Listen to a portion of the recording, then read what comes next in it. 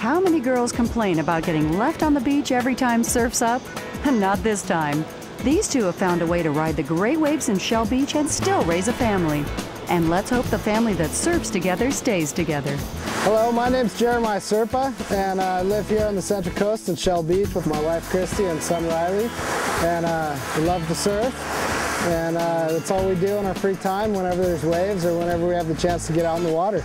What really got me interested in surfing was the fact that it's so serene out there and calm, that I could just kind of be in my own little world and think about things that are going on in my life. Sometimes we jump on our bikes and our skateboards and ride on down to the beach and go out and surf. What I love about surfing is just being out in the water and being down at the beach with my son and my wife, and the surfing lifestyle, it's just a great lifestyle to be living by. Well, the ocean to me is just such a massive space. It's so unknown, you know, it's almost like outer space. We really don't know that much about it.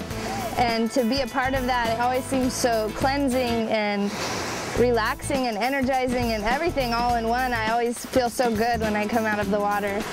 There's a small group of us girls, and a couple of us have kids, and we like to switch off, you know, watching kids and surfing. And I used to surf alone all the time, almost 100% of the time, and then I met this little group, and ever since then I always call them when I'm ready to surf.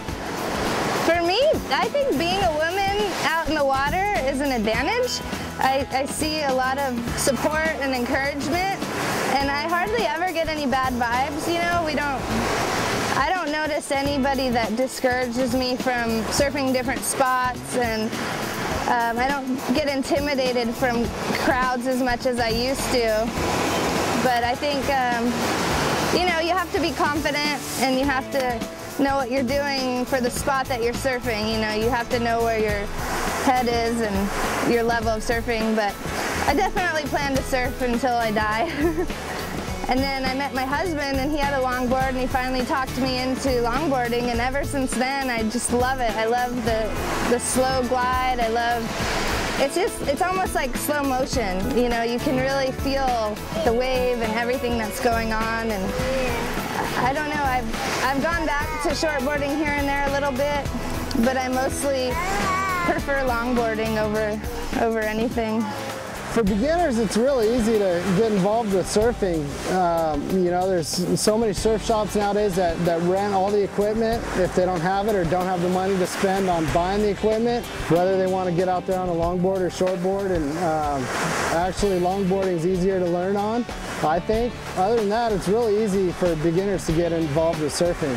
When I was a kid, my parents used to clam in Pismo, and we'd be on the beach, and I'd always see the surfers out there, and as long as I can remember, I wanted to be a surfer. It means the world to me to be a surfer. I don't know what I would do without surfing. If I didn't surf, I'm sure there would be something else that I'd find to do, but surfing is just what I grew up doing, and I love doing it, and I'll be surfing for the rest of my life. I really want to keep with that lifestyle. It keeps me balanced, and it keeps me sane. Isn't it romantic?